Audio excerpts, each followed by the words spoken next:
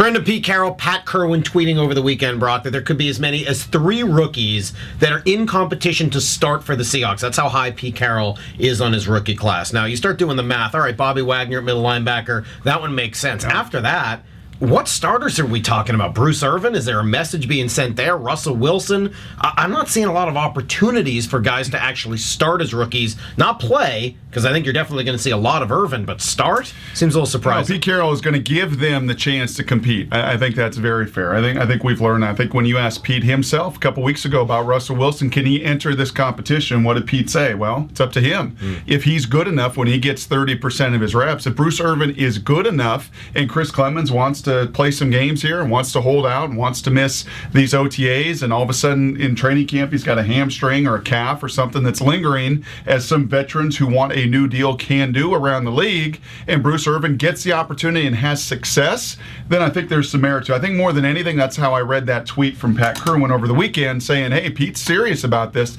He gives young people opportunity. It's what he did at USC for a decade. No one played more young people than Pete Carroll did at USC, and I think you've seen the last 2 years here, he is unafraid to play inexperienced players. Richard Sherman, Brandon Browner, Earl Tomlin, we go through the list of first-round picks, guys off the streets. He will play young people. Well, how about one of those guys, Doug Baldwin? It's interesting that of all the positions, they never went after a wide receiver in the draft. There was a spot that I think we both thought there was room for it. You start looking at that wide receiver position group now, and they got what? Maybe they're going to keep 5 or 6 on the roster, one or the other. They might be 10 or 12 guys in camp that all think they have a legitimate shot at being on this team, on this roster this year. Outside of Baldwin and Sidney Rice, if healthy, tell me there's one other guy that's a lock to make that team. No, I don't think so. I think you love Ricardo Lockett with his size and his speed, and you've got Golden Tate, and you got Durham, and you got Mike Williams, you got Ben Obamano, you got a number of guys. Deion Butler, not to mention a couple of undrafted rookies that John Schneider mentioned by name. I mean, you got a lot of guys for not very many spots. The perfect position group on offense to have that kind of competition, in my estimation, is receiver, and that's exactly what the Seahawks have.